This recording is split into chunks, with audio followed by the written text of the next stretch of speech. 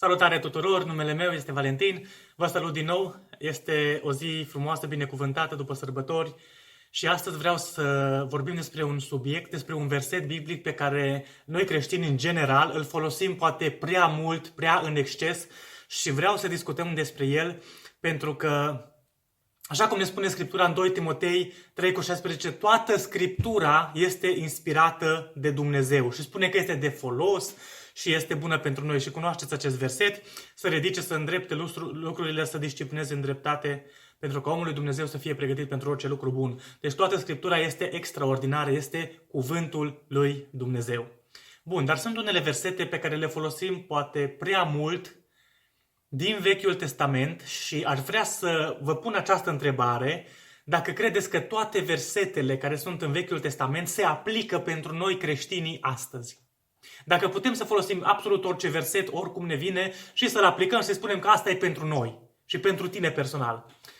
Nu ai simțit uneori că atunci când se citește Scriptura sau alții predică, sau poate dacă ai citit tu personal în citirea ta săptămânală, că parcă cuvântul lui Dumnezeu îți vorbește ție personal? Eu am simțit. Zic, parcă versetul ăsta e fix pentru mine. Parcă îmi citește gândurile, parcă nu citesc eu Biblia, mă citește ea pe mine și mă cunoaște atât de bine. Aș vrea să vorbesc despre Ieremia 29 cu versetul 11 și ca să știm despre ce vorbim, haideți să-l și citesc, pentru că este un verset care se folosește mult și este un verset frumos, e adevărat. Ieremia, capitolul 29, cu versetul 11, spune așa: căci eu știu gândurile pe care le am cu privire la voi, zice Domnul, gânduri de pace și nu de nenorocire, ca să vă dau un viitor și o nădejde. Versetele care urmează după ele sunt la fel foarte frumoase. Voi mă veți chema și veți pleca, mă veți ruga și vă voi asculta, mă veți căuta și mă veți găsi, dacă mă veți căuta cu toată inima. Și spune versetul 14, mă voi lăsa să fiu găsit de voi și așa mai departe. Lucru extraordinar de frumos. Dar acum întrebarea se pune, chiar toate versetele din Vechiul Testament se aplică pentru noi creștinii? Și pentru asta vreau să dau un răspuns în finalul videoclipului. Te rog să urmărești până la capăt, să vezi despre ce vorbesc, iar apoi să-ți dai și tu o părere și să vedem cum Dumnezeu ne poate binecuvânta chiar și prin acest verset, chiar dacă a fost scris cu mii de ani în urmă. După cum am spus, tot cuvântul lui Dumnezeu eu cred că este inspirat și însuflat de Dumnezeu, dar se poate ca uneori din prea multă râvnă, din prea multă dragoste de frați, din prea multă, să spunem așa, impulsivitate de a vorbi, folosim cuvântul lui Dumnezeu pentru biserică, poate chiar și pentru o persoană când citim de el și spunem, uite, cam așa îți transmite Domnul și asta spune de fapt Scriptura.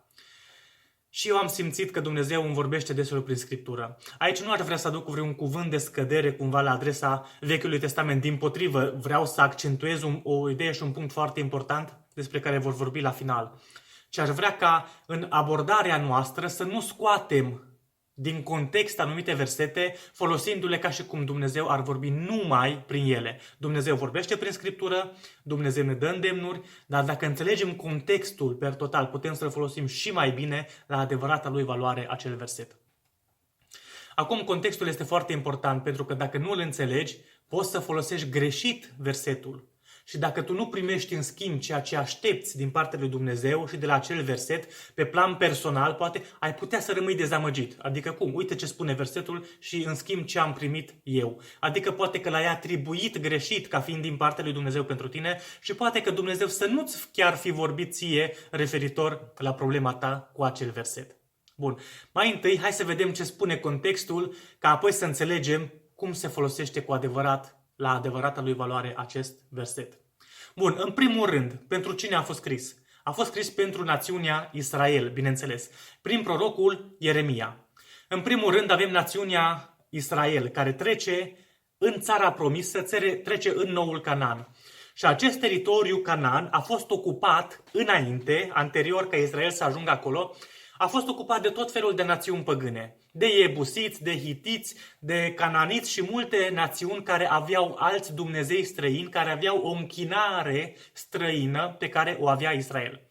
Bun, și scopul lui Dumnezeu era ca să trimită acolo poporul lui Israel, care deja avea legea și avea un set de reguli morale și un set îmbunătățit, să spunem așa, al stilului de viață, să meargă acolo în mijlocul lor și să fie o lumină pentru acele națiuni, să fie un cod de conduită, de comportament, de credință aparte, să se vadă că ei sunt poporul lui Dumnezeu cu adevărat. Și chiar să dea această lege și altor popoare și să vină în mijlocul lui Israel și să laude pe Dumnezeu.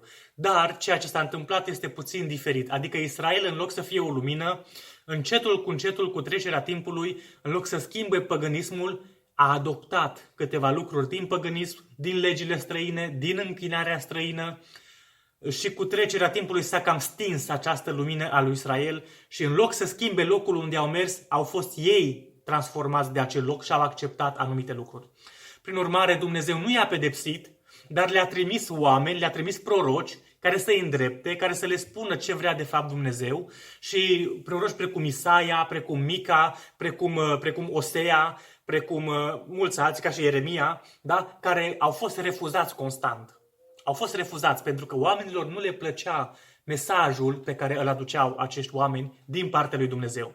Așa că la urmă Dumnezeu a pedepsit națiunea Israel și cea mai mare dintre aceste pedepse a fost faptul că a lăsat ca opresiunea aceasta a Babilonului să ia sclavi și robi și ei să ajungă captivi în Babilon. De ce? Ca Dumnezeu să-i deștepte, ca ei să stea o vreme în Babilon, ca să vadă diferența dintre neamuri și diferența dintre modul de conducere teocratic al lui Dumnezeu. Și atunci ei să vadă, de fapt, ce fel de lumină trebuiau ei să fie, îmi cer scuze, și ce au ajuns să fie de fapt. Ieremia a fost un profet trimis să le vorbească chiar în timpul acelei luări ca robi în Babilon, a captivității babiloniene. Deci ăsta e contextul cărții Ieremia. Contextul împrejurărilor era deoarece ei s-au îndepărtat prin neascultare, au fost luați captivi în Babilon, au fost robiți, au fost fără nădejde, fără scale de ieșire, nu știau cât timp o să dureze aceste lucruri, nu știau când se va termina totul și era o stare de confuzie. Și ăsta e contextul în care Ieremia vine și le transmite un mesaj din partea lui Dumnezeu. Bun. Acum, dacă am văzut contextul cărții, haideți să vedem concret contextul capitolului 29. Pentru că ăsta e versetul pe care îl folosim noi atât de mult. Ieremia 29 cu versetul 11. În capitolul 29, Ieremia încă de la început vorbește despre scopul lui Dumnezeu cu privire la ei în captivitatea babiloniană și le spune cumva Ieremia: auziți, faceți-vă comozi, pentru că o să stați multă vreme aici. Adică nu e pentru o lună, 2, 3, un an, 2, 5, 10, e pentru multă vreme. Și uite ce spune cuvântul lui Dumnezeu prin Ieremia oamenilor. Și spune Ieremia, capitolul 29, de la versetul 5. Zidiți case și locuiți-le, sădiți grădini și mâncați-le din rodul lor. Luați-vă neveste și faceți fii și fiice, însurați-vă fiii, măritați-vă fetele, ca să facă fii și fiice și ca să vă mulțiți acolo unde sunteți și să nu vă împuținați. În Babilon trebuia să-și facă familii, trebuia să se căsătorească, să-și zidească case, adică un plan pe termen lung. Asta era scopul lui Dumnezeu. Și spune versetul 7, urmăriți binele cetății în care v-am dus în robie, rugați-vă Domnului pentru ea, pentru că fericirea voastră atârnă de fericirea ei. Interesant lucru. Dumnezeu le spune să se roage pentru Babilon, pentru că fericirea poporului Israel atârna de fericirea cetății în care ei erau captivi. Deci, practic, contextul capitolului 29 spune robie pe termen lung. Faceți-vă comozi, nu veți pleca cu una, cu două. Este interesant acest lucru, deoarece Dumnezeu avea o voință, avea un plan mai mare, avea la nivel internațional alte contexte, alte lucruri, alte profeții și prorocii de împlinit. După cum știm, cucerirea Babilonului de Mezi și Perși, despre Cir, care a venit cu 700 de ani înainte, a fost prorocit numele lui, trebuia să facă deci lucruri care nu se țineau numai de Israel și aveau legătură chiar și cu viitorul și chiar și cu noi.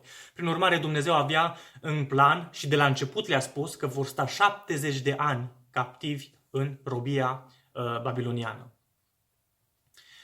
Ei, în acest context s-au ridicat diferiți oameni din poporul Israel și au început să prorocească și spune cuvântul lui Dumnezeu că l-au făcut pe Ieremia mincinos.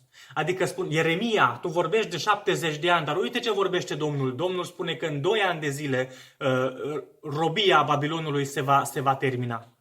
Era un fel de Evanghelia prosperității, adică noi suntem Israel, Dumnezeu e Domn, El ne poate scăpa, El ne va face bine, El ne iubește, totul e bine și frumos. Israel, tu ești bine, nu din cauza ta ai ajuns aici, puțină e vremea și repede vei fi. Asta spuneau de fapt oamenii care proroceau din punct de vedere al lor, nu al lui Dumnezeu. Avem contextul capitolului 28 care spune așa, capitolul 28 din Ieremia are legătură cu 29. Capitolul 28 spune așa. Versetul 2. Așa vorbește Domnul oștirilor, Dumnezeul lui Israel. Eu sfărâm jugul împăratului Babilonului. Aici este o prorocie mincinoasă spusă de un om și spune versetul 3, peste 2 ani. Deci Ieremia, capitolul 28 cu versetul 3. Peste 2 ani voi aduce înapoi în locul acesta toate uneltele casei Domnului pe care le-a ridicat Nebucadnețar, împăratul Babilonului. Din locul acesta și l-a dus în Babilon. Cine era acest om care vorbea, care spunea aceste lucruri? Era un om care nu vorbea din partea lui Dumnezeu. Acest om s-a numit Hanania. El era un profet sau un proroc mincinos. Spune versetul, vă invit să citiți tot capitolul 28, vedem Ieremia a luat un jug de lemn, a venit Hanania, a luat jugul de lemn al lui Ieremia, care spunea 70 de ani, l-a sfărmat, a dat cu el de pământ, l-a spart, a făcut un alt jug de fier care l-a luat, a spus acesta va fi 2 ani, dar toate aceste lucruri s-au dovedit mincinoase pentru că nu erau din partea lui Dumnezeu. Versetul 12, Ieremia 28 cu 12. După ce a sfărmat prorocul Hanania jugul de pe grumazul prorocului Ieremia, cuvântul Domnului a venit astfel la Ieremia și i-a vorbit. Du-te și spune lui Hanania, așa vorbește Domnul, ai sfărmat un jug de lemn, dar cu aceasta ai făcut în locul lui un jug de fier. Căci așa vorbește Domnul oștirilor, Dumnezeul lui Israel. Pun un jug de fier pe grumazul tuturor acestor neamuri, ca să fie subjugate de Nebucadnețar, împăratul Babilonului, și îi vor sluji și îi dau chiar fiarele câmpului.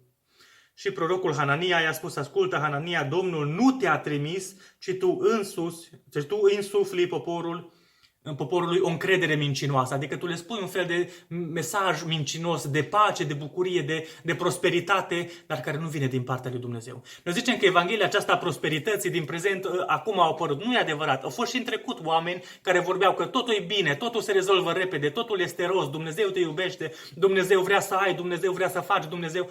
Dar spune cuvântul lui Dumnezeu. De aceea vorbesc despre acest context, Ieremia 28 și 29.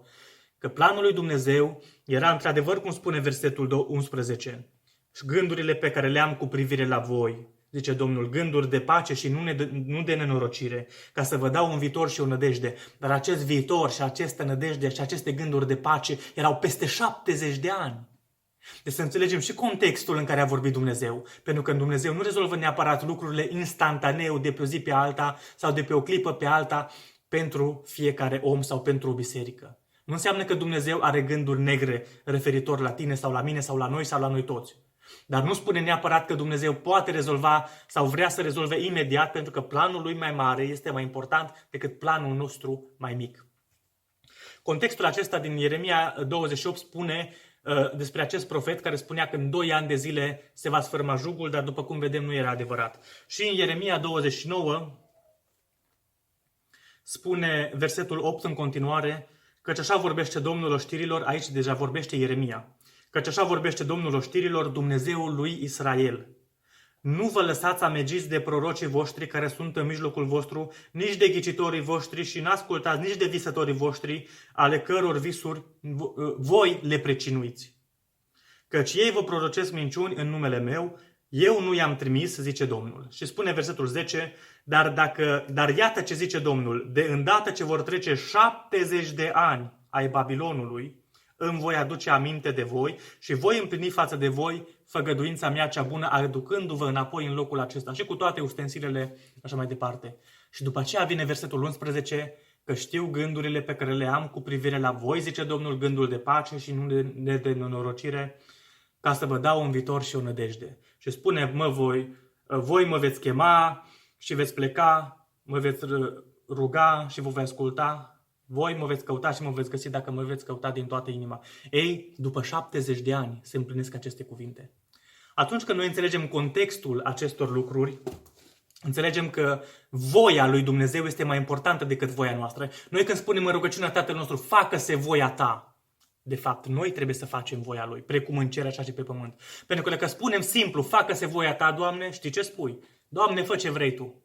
Facă-se voia ta, adică eu îți dau voie să faci ce vrei. Ei, noi îi dăm voie lui Dumnezeu? Nu. Noi facem voia lui Dumnezeu. Când tu spui facă-se voia ta, adică dacă voia ta e 70 de ani, slăvit să fie numele Tău. Eu accept gândurile acestea de pace și nu de nenorocire, dar să înțeleg și timpul când Tu le-ai stabilit pentru mine și pentru noi. Asta trebuia de fapt să spună Israel. Robia de 70 de ani a fost cea adevărată, așa cum a spus Ieremia. Deci Domnul spune, prima dată trebuie să fie rău, ca apoi să fie bine. Că gândurile mele sunt de pace, dar trebuie să aștepți, trebuie să treci prin aceste lucruri. Să nu asculți de toți prorocii care vin cu Evanghelia aceasta prosperității, totul e bine, se rezolvă, Domnul te iubește, starea ta e bună, nu trebuie să mai faci nimic. Nu, trebuie să faci ceva, trebuie să stai în ascultare atâta timp cât te pune Domnul în ascultare. Asta e cuvântul lui Dumnezeu, asta e contextul capitolului 29. Și acum, la final, vine întrebarea, noi creștinii trebuie să cităm din acest verset, să-l folosim, să-l aplicăm în viața noastră? Și răspunsul este da, putem să folosim acest verset, dar să înțelegem contextul corect, să știm când și cum să-l folosim, să știm când și cum s-a dat, pentru ce s-a dat, pentru cine s-a dat, care este voia lui Dumnezeu, care este timpul în care Dumnezeu a lucrat în acea vreme și care este timpul în care Dumnezeu poate să lucreze și în viața noastră. De exemplu, ai o problemă, ai o boală, aștepți un copil, ai o problemă de familie cu cineva, cu ceva rude și nu se rezolvă și cineva spune, uite, Ieremia 29:11. Da, dar să fii conștient, pentru că asta implică o maturitate spirituală, că poate să implice și un timp mai lung în care Dumnezeu lucrează. Să nu ai așteptări prea nerealiste, să înțelegem cuvântul lui Dumnezeu, cum a lucrat Dumnezeu în vechime, în perioade de sute de ani, de zeci de ani, 40 de ani a stat Moise în așteptare în pustiu până a fost folosit, 40 de ani a trebuit poporul până să ajungă în Canaan, 70 de ani a trebuit să stea în robia babiloniană și tu vrei de pe o zi pe alta să ți se rezolve problema. Deci așteptările noastre trebuie să fie realiste, să folosim versetele corect, pentru că dacă le vom fi folosit corect, ele vor avea putere, pentru că le folosești exact așa cum sunt ele, nu le denaturezi și nu le scoți din context. Deci cuvântul lui Dumnezeu este viu și puternic și lucrător și mai tăietor decât o sabie cu două tăișuri care pătrunde și desparte măduva și discerne gândurile și intențiile inimii, exact așa cum spune în Cartea Evrei. Dar dacă folosești acest cuvânt doar ca să umpli un spațiu, ca să umpli un timp de rugăciune, ca să spui și tu ceva frumos la un moment dat, poate să nu aibă efectul pe care persoana îl așteaptă și chiar poate să rămâne dezamăgită. Dar dacă îl folosești în contextul în care este scris, și înțelegi și spui omului perioada de așteptare pe care a avut-o Israel, să fie realistă promisiunea lui Dumnezeu pentru tine. Dumnezeu poate să lucreze și instantaneu și poate să lucreze și în timp. Dar dacă scopul lui cu privire la tine este bun, Dumnezeu va lucra indiferent mai devreme sau mai târziu. Deci să folosim aceste lucruri la adevărata lor sens, în adevăratul lor sens, la adevărata lor valoare și atunci vor căpăta și mai multă valoare în viața celora cărora le spunem aceste versete. Deci va fi un cuvânt de putere, cu adevărat un cuvânt de ridicare, de schimbare, pentru că îl folosești corect, așa cum vrea Dumnezeu să îl transmită și nu îl denaturăm în niciun fel. Domnul să te binecuvânteze, Domnul să te ajute să folosești aceste versete în continuare și să înțelegi contextul lor și să explici oamenilor că de multe ori trebuie să fie și răbdători în așteptarea și în primirea făgăduinței și promisiunilor lui Dumnezeu. Dacă ți-a plăcut acest episod, te invit să te abonezi la acest canal pentru a primi și altele asemănătoare sau chiar poți să-l distribui și altor persoane ca și alții să audă aceste gânduri. Vă salut, pe curând, pa, fiți binecuvântați!